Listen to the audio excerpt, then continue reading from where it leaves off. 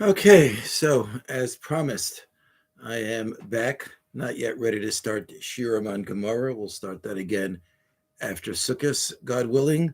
But I wanted to share with you an insight that I saw this morning about Sukkot from Rav Yitzchok Meir Morgenstern.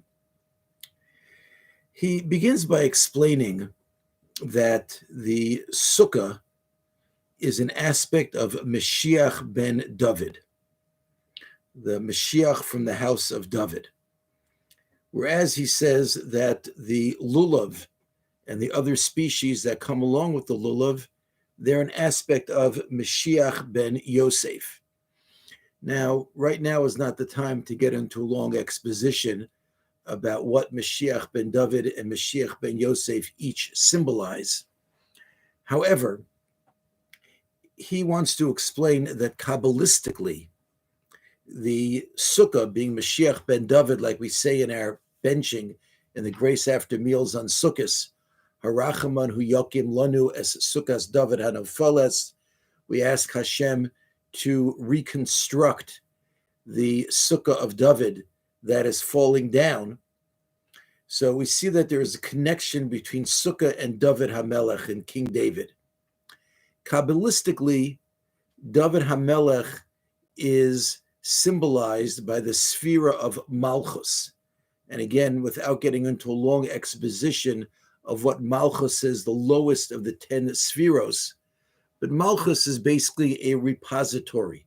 Malchus has nothing of its own, and whatever Malchus has is only that which it receives from other sources. And again, Rav Yitzchok Meir Morgenstern doesn't exactly say this, but to my understanding, that's a sukkah, because a sukkah is a room, it's a house that we're building. But then it's up to us to bring what we want into the house. As opposed to, he says, the lulav, Kabbalistically represents the sphira of Yesod. Yesod is the phallic symbol, and Kabbalistically that's always associated with Yosef. And therefore, the lulav represents the Mashiach from the house of Yosef. And he says that if we take these two concepts and we apply it to the study of Torah, Malchus, symbolized again by David HaMelech, King David, that represents the style of Torah study in which one tries to assimilate as much information as possible. In yeshiva terms, that's called bikius. That's learning up a lot and trying to achieve a general expertise. And again, that would make sense with the concept of Malchus, because we mentioned a minute ago, Malchus is the idea of being a repository. So in this case, when it comes to Torah study, there will be a repository of a lot of information. As opposed to Mashiach ben Yosef, the Yesod, the phallic symbol, that is something which is bringing the essence, really, of what a human being is in a very focused way. And therefore, when we take that and relate it to Torah study, rather than being Torah study in a very broad and general sense, but it would be Torah study whose aim is to achieve a tremendously focused and deep understanding of the essence of a particular topic.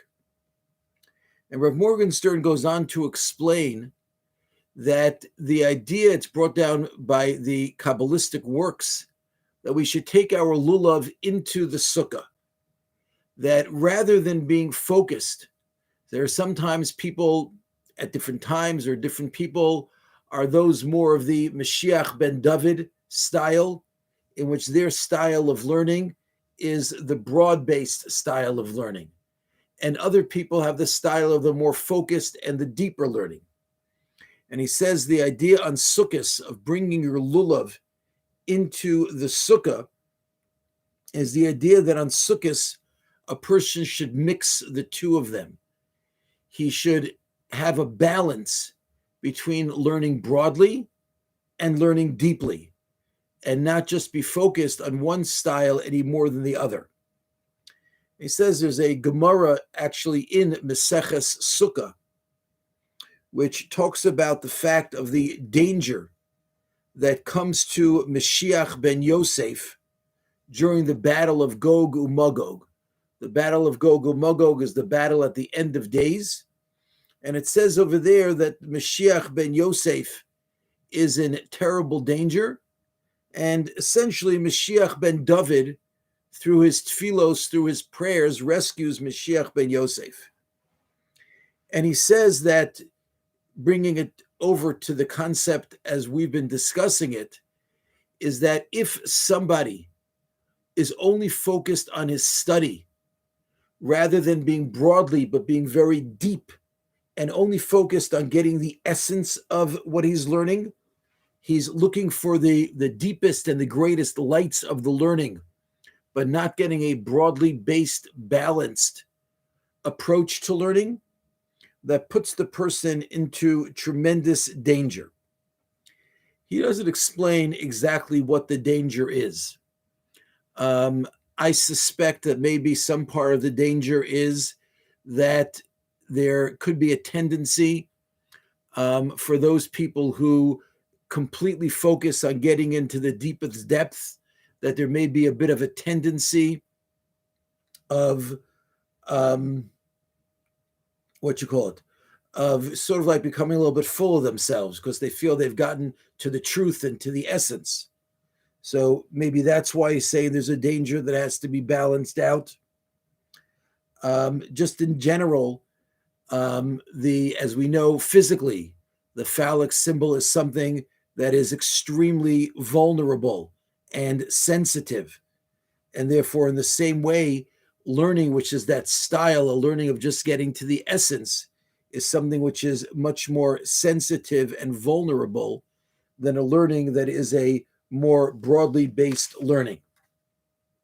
But again, the idea is that when it comes to Sukkos, we don't really want to be either one. We don't want to be from the learning style of Mashiach ben David, only learning in a broad-based manner, or from a learning style of Mashiach ben Yosef, of just getting into the essence and the light of something, but rather it's a time to bring the Lulav into the Sukkah, to enjoy and appreciate the Sukkah as, again, we said, a repository, a place for much information to be gathered, and at the same time use the focus of the Lulav to focus and get deep into the depths of the concepts and the deepest lights of Sukkos.